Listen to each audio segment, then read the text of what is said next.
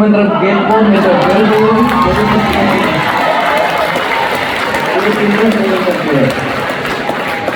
உங்கள் அத்தனை பேருக்கும் என்னுடைய அன்பான வணக்கமும் பொங்கல் புத்தாண்டு நல்வாழ்த்துக்கள்.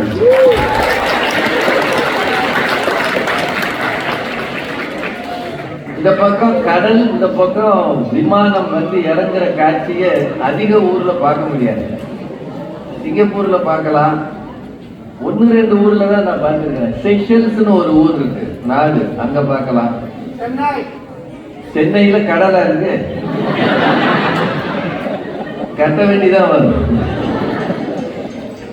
பரவாயில்ல, நல்ல ஃபீட்பேக். நான் இனிமே சென்னை விமான நிலையத்துல அது வெள்ளம் வந்தப்ப அவர் பார்த்துப்பாரு. அந்த அடையாறு பக்கத்துல போகும்ல, அடையாறு அது என்னமோ ஒரு ஆறு, அந்த ஆறு தண்ணி ரன்வேலாம் வந்துடும். கடல்னு நம்பிதான். ரொம்ப அழகான ஒரு நகரம் இது. வித்தியாசமான தட்ப வெப்பம். மத்தியானம் கொஞ்சம் வெயில் அடிச்சது, இப்ப பார்த்தா நல்லா குளிர். இந்த பகுதியில ஊட்டி கொடைக்கானல் மாதிரி இது இருக்கும்னு சொல்றாங்க. ஆனா எனக்கு இதுதான் முதல் முறை. நானும் மேடம் அவர்களும் முதல் முறையாக சாண்டியாகோ வருகிறோம்.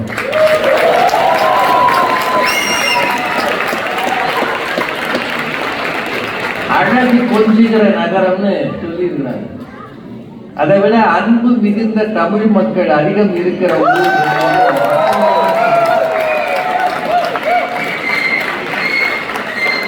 எங்களை ஏர்போர்ட்ல வரவேற்ற விதம், எங்களுக்கு உணவு தந்த அன்பு, பரிமாறிய பக்குவம், பக்கத்திலேயே இருந்து பார்த்துக்கிட்ட ஒரு மந்திரிகள்லாம் ஏதாவது ஒரு இடத்துல தங்கினா வாசல்ல ரெண்டு பேர் நிற்பாங்க. எதுக்குன்னா மந்திரியை யாரும் போய் அடிச்சு செக்யூரிட்டி. ஆனா எங்களுக்கு அந்த அனுபவம் இன்னைக்கு கிடைச்சது. வாசல்ல ரெண்டு மூணு பேர் நிக்கிறாங்க எந்நேரமும். அந்த மாதிரி பிரியன் காட்டுவது வெளிநாட்டுல ரொம்ப கஷ்டம். நாங்க பல இடத்துல அதை பார்த்தது இல்லை. முதல் முறையாக சாண்டியாகோ அந்த அனுபவத்தை எங்களுக்கு தந்திருக்கோம்.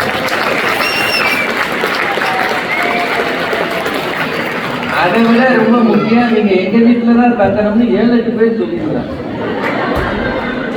அந்த கணக்கு போட்டோம்னா ஒவ்வொரு வீட்லயும் ஒரு மணி நேரம் தூங்கலாம். ஏற்கனவே ஒரு நாளைக்கு நாங்க 1 மணி நேரம் தான் தூங்குறோம். அதுக்கு பேர் ஜெட் லாக்ன்றாங்க. அது என்ன பண்ணுதுன்னா ராத்திரி தூக்கம் வரமாட்டேங்குது. பட்டிமன்றம் கிளம்பும் போது அப்படி வந்து அமுக்குது. நானும் அவர்கிட்ட சொல்லி பார்த்தேன், நிறைய பேர் காத்திருக்கிறாங்க, நான் போயிட்டு வந்துடுறேன். என்ன கொடுமையா இருக்கு. இதுல பயணங்கள் பல அசௌகரியங்கள். நிஜமாவே ஒரு நாள் முன்னாடி எல்லாம் நான் இருந்த நிலைமைக்கு இங்க வந்து நிகழ்ச்சி பண்ணுவேன்னு நான் நம்பல. இறை அருள், கடவுளுக்கு நன்றி. உங்க அன்பு இந்த நிகழ்ச்சிக்கு வர வாழ்த்துக்கிறேன்.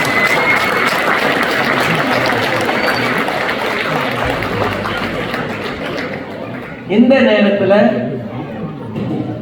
உங்க ஈடுபாடும் ஆர்வமும் எங்களுக்கு ரொம்ப பெருமையாக இருக்கு.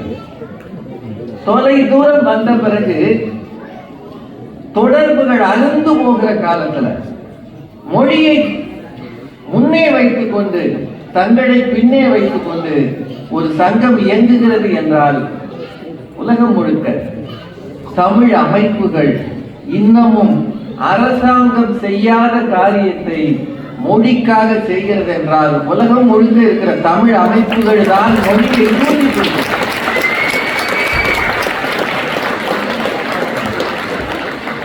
மொழிக்கு இவ்வளவு முக்கியத்துவம். பலூன் வெட்டிதா பட்டாசா இனியா பத்திரியா? நமக்கெல்லாம் எதுக்கு அந்த சத்தம்? கூட்டத்துல கொஞ்சம் அமைதியாவும் இருந்தா நல்லது. இந்த குழந்தைங்க சத்தம் தான் அவங்களை பின்னாடி ரோக்கு அனுப்பிடுங்க. ஏன்னா இங்க வேற வழி இல்லை. மாமியார் விட்டுட்டு வர முடியாது. மாமியார் இல்லாத குறையை தீர்த்து வைக்கிறது குழந்தைங்க தான். அவன் சொல்றதுக்கு தான் நம்ம ஆடணும். அவன் கிளம்புனா கிளம்பிடணும், இருந்தா இருக்கணும், குதினா குதிக்கணும், கதை சொல்லுனா சொல்லணும், பேசாம இருந்தா பேசாம இருக்கணும். போன் பேசாதன்னா பேச முடியாது. என் கூட பேசு, போன்ல பேசாதன்னு பிள்ளைங்க ஆர்டர் பண்ணுது. அந்த மாதிரி இருக்கிற நேரம் பிள்ளைகளை கூட்டிட்டு தான் வரணும். அவன் நம்மளை பரிதாபமா பார்ப்பான். வேட்டியை கட்டி ஒரு ஆள் உட்கார்ந்துருக்கான், இதுக்கு ஒரு 500 பேர் சேர்ந்துருக்கீங்க, பார்க்கிற மாதிரி இல்லை. ஏற்கனவே நான் அப்படி இல்லை, 3 நாள் சாப்பிடாம இருந்தா எப்படி இருக்கும் நிலைமை.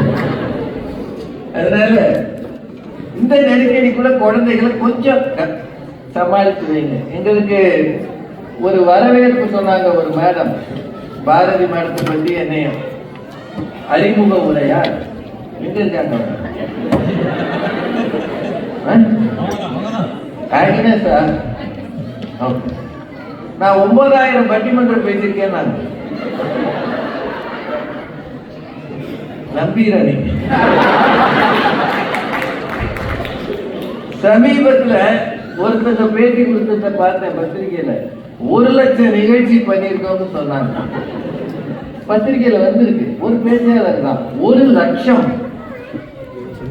அவங்க எனக்கு ஆச்சரியமா இருந்தது. நான் கால்குலேட்டர் வச்சு வகுத்து பார்த்தேன்.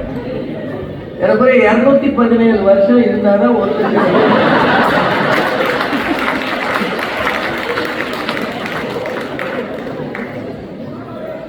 ஒரு நாளைக்கு ஒரு 10 ப்ரோக்ராம் பண்ணா கூட 1 லட்சம் நிகழ்ச்சி. ஏன்னா பிறந்தோடனே யாரும் பேச முடியாது. சும்மா அம்மா அப்பா சொல்றதுக்கே 1 வருஷம் ஆயிடும். அப்புறம் மைக்கு போட்டு மேடை போட்டு ஒரு திருக்குறளோ ஒரு 4 அடி யாரோ படிச்சுட்டு பேசணும்னா ஒரு 15 வயசான ஆகுது. இந்த குழந்தைங்க வயசாக வரணும். இல்ல ரொம்ப பாலிய காலத்திலேயே பேசி சைல்ட் ப்ராடிஜியா இருந்தா ஒரு 8 வயசுல பேசலாம். எப்படியா 1 லட்சம் நிகழ்ச்சியா அள்ளி விடுறதுதான். நான் அந்த மாதிரி நண்பர்ல சொல்லுவாங்க, அல்லது எங்கேயாவது எவனாவது எழுதியிருப்பான். இப்பதான் யூடியூப் எல்லாம் வந்திருக்கு, கூகுள்லாம் வந்திருக்கு, என்ன வேணாலும் யாரை பத்தி எழுதலாம். மிஞ்சி போனா ஒரு 4000த்துக்குள்ள நானோ பாரதி மேடமோ பேசியிருக்கலாம். அவ்வளவுதான். நான் 91ல வேலைக்கு வந்தேன். ஒரு 33 ஆண்டுகள் பேசியிருக்கிறேன். பாரதி மேடம் எனக்கு சீனியர், பேச்சுல வயசுல இல்லை. அவங்க ஏறக்குறைய 85லேயே மேடைக்கு வந்திருப்பாங்கன்னு நினைக்கிறேன். அவங்க ஸ்டூடெண்ட் டேஸ்ல இருந்தே வந்துட்டாங்க. எனக்கு அந்த மாதிரி அன்பு வாய்ப்பு கடவுள் கொடுக்கல. அது படிக்கிற காலத்திலேயே பேசிட்டாங்க. அதனால அவங்க இதை விட கூடுதலா இருக்கலாம். ஆனா நாங்க போய் வந்த நிகழ்ச்சிகள் வேகத்துக்கு அவங்க பணி ஒத்துக்கல. அதனால அவங்க வருஷத்துக்கு ஒரு 50-100 தான் பேசியிருப்பாங்க. நாங்க ஆரம்ப காலத்துல ஆண்டுக்கு 150-200 பேசியிருப்போம். 90கள்ல 2000த்துல எல்லாம். அதுல கணக்கு போடும்போது எவன் கேட்கிறான்னு அள்ளி விட்டுறக்கூடாது. தசரதனுக்கு 60,000 மனைவின்றது ஒரு எண்ணிக்கை தான். உடனே அதை பிடிச்சுக்கிட்டு இப்படி ஒருத்தர் இருக்கலாமா அப்படிலாம் பேசுவாங்க. எனக்கு குறை சொல்றது. அந்த காலத்துல கம்பன் எழுதும் போது எல்லாத்தையும் பெருமையாக சொல்லுவார். அது ஒரு எண்ணிக்கை, ஒரு கணக்கு தான். அதை அப்படியே பிடிச்சுக்க கூடாது. அதனால அவங்க அறிமுகம் ரொம்ப நல்லா இருந்தது. நல்லா பேசினாங்க. சுருக்கமா முதல்ல பேசினாங்க. என்ன அவங்கள பத்தி பேசும்போது பேச்சாளர்னு சொல்லிட்டாங்க. என்னை பத்தி பேசும்போது இதுல நடிச்சார், அதுல நடிச்சார்.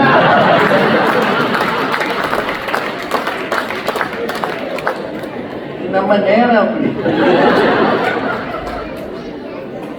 இவர் இங்க படிச்சாரு, அங்க பேசினார்னு சொன்னா பரவாயில்ல. இவர் பசுபதியோட நடிச்சார். விஜய் சேதுபதி பொண்ணு கொடுக்க மாட்டேன்றார். ஆமா, விஜய் சேதுபதி இந்த கேட்டு தானே பொண்ணு கட்டுறாரு. அவரே குப்பை தொட்டியை காணவனு தேடிட்டு இருக்கிறாரு.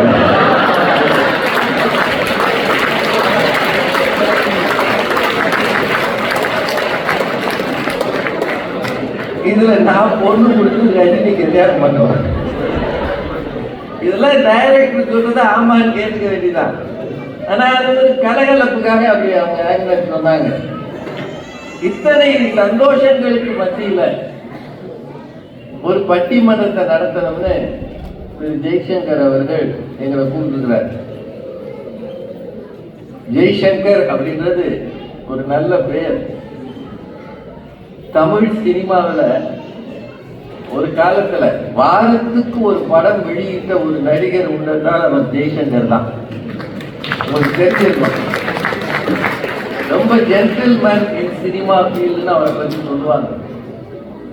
பல கதாநாயகிகள் அவரோட நடிச்சிருக்கிறாங்க. ரொம்ப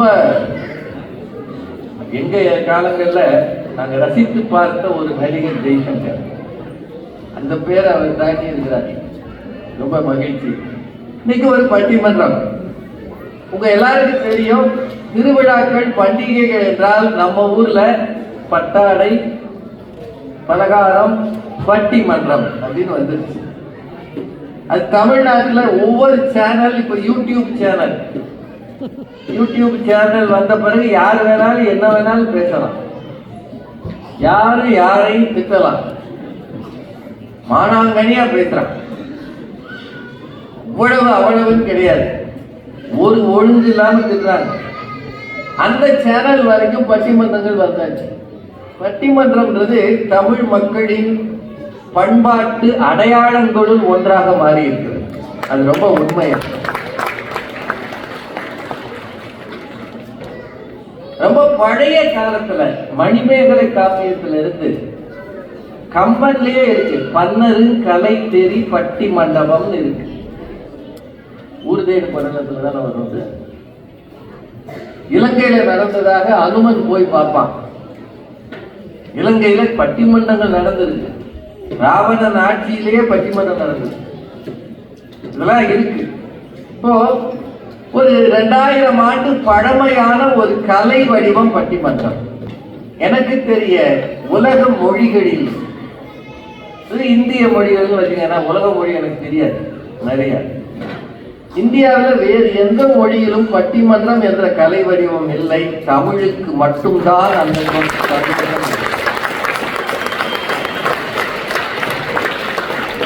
அதுக்கு காரணம் நீங்க தான் மக்கள். எந்த ஊர்ல எந்த கலை திருவிழா நடந்தாலும் ஒரு பட்டிமன்றம் வச்சுதான். எந்த சிறப்பு நிகழ்ச்சி, முன்னாடி எல்லாம் பேச்சாளர்கள் மட்டும்தான் பேசுறாங்க, இப்ப டாக்டர்ஸ் பேசுறாங்க, என்ஜினியர்ஸ் பேசுறாங்க, யார் வேணாலும் பேச்சாளரா வந்துடுறாங்க, வந்து எடுத்த பொருளை அழகா செய்யறாங்க. இந்த மாதிரி ஒரு கலை வடிவத்தை தொடர்ந்து உலகம் முழுக்க எடுத்துட்டு போறாங்க. நிறைய பேச்சாளர்கள் தமிழ்நாட்டில் இருக்கிறாங்க, மிகச்சிறந்த பேச்சாளர்கள், நடுவர்கள். இந்த முறை எங்களுக்கு வாய்ப்பு தந்த சாண்டியாகோ தமிழ் சங்கத்துக்கு மீண்டும் எங்கள் இருவரின் நன்றியை தெரிவிக்கிறேன். இப்ப மணி 6:15 ஆச்சு. எவ்வளவு நேரம் இருப்பீங்க நீங்க?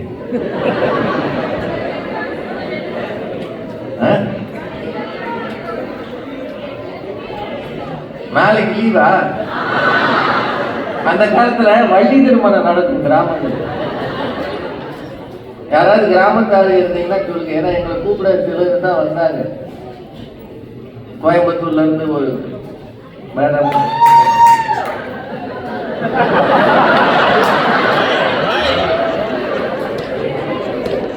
ஒரே ஒரு கோயம்புத்தூர்.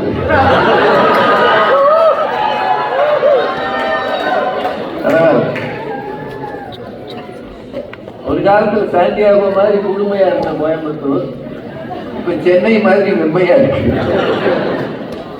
அதை விட அந்த ஊர்ல இருக்கிற போக்குவரத்து நெரிசல் இருக்கு. மேல பாலம் கட்டுறேன்னு சொல்லி 10 வருஷமா கட்டிட்டு இருக்காங்க. கீழே போறது கூட இழுத்திட்டு இருக்கான். அவன் என்னைக்கு கட்டுறது, இது என்னைக்கு போறது. சரி, அது வேற கதை. ஒரு சிலர் தான் நாங்க பார்க்க முடிஞ்சது. கோயம்புத்தூர்ல இருந்து ஒரு 2 பேர் வந்திருந்தாங்க. கிராமங்கள்ல வாழ்ந்தீங்கன்னா இன்னைக்கும் வள்ளி திருமணம் நடக்கும். வள்ளி திருமணத்துல வள்ளி மாலைய வாங்கணும். வாங்கலைன்னா அந்த நிகழ்ச்சி நிறைவு பெறாது. முருகனுக்கும் வள்ளிக்கும் ஆர்கியூமெண்ட் நடக்கும். உண்மையில சொல்ல போனா பட்டிமன்றத்தை பல்வேறு பாணியில பார்க்கலாம். வள்ளி திருமண நாடகத்துல வேலன் வேலன் விருத்தன் இருக்கும். இந்த இது தவிர நாரதர் வேற வருவார். இது எல்லாம் ஆர்குமெண்ட் நடக்கும். நல்ல தமிழ்ல பேசுவாங்க, கொஞ்சம் கொச்சையாவும் பேசுவாங்க. இந்த ஆர்குமெண்ட்ஸ் எல்லாம் பாத்தீங்கன்னா இன்னைக்கு பட்டிமன்றங்கள் இருக்கிற ஆர்குமெண்ட்ஸ், கவுண்டர் ஆர்குமெண்ட்ஸ் இருக்கு இல்லையா, இதுக்கெல்லாம் முன்னோடியாக அது இருக்கும். ரொம்ப நல்லா பேசுவாங்க. அப்புறம் அந்த காலத்துல எரிஞ்ச கட்சி எரியாத கட்சின்னு ஒண்ணு இருந்தது. சிவன் காமனை எரித்தாரா இல்லையான்னு ஒரு டேப் படிச்சு பாடுவாங்க. அதுலயும் ஆர்குமெண்ட்ஸ் இருக்கும். இந்த வள்ளி திருமண நாடகம் மாலையை வாங்கலைன்னா அன்னைக்கு விடியும் போது முடியாது, அடுத்த நாளைக்கு போஸ்ட்போன் பண்ணிடுவாங்க. திரும்ப அடுத்த நாள் வந்துடும், கூட்டம் வரும். கடைசியில ஊர் பெரியவர்களாம் கூடி கெஞ்சி இன்னொரு நாளைக்கு நடத்த காசு இல்லை, வள்ளி காலில் விடுற மாலையை வாங்கிட்டு அப்படின்னு சொல்லுவாங்க. அந்த மாதிரி பட்டிமன்றத்தை அடுத்த நாள் வரைக்கும் நடத்த முடியாது. முடிஞ்சா ஒரு 8-8:15 வரைக்கும் நடத்தலாம்னு நான் நினைக்கிறேன். ஓகேவா?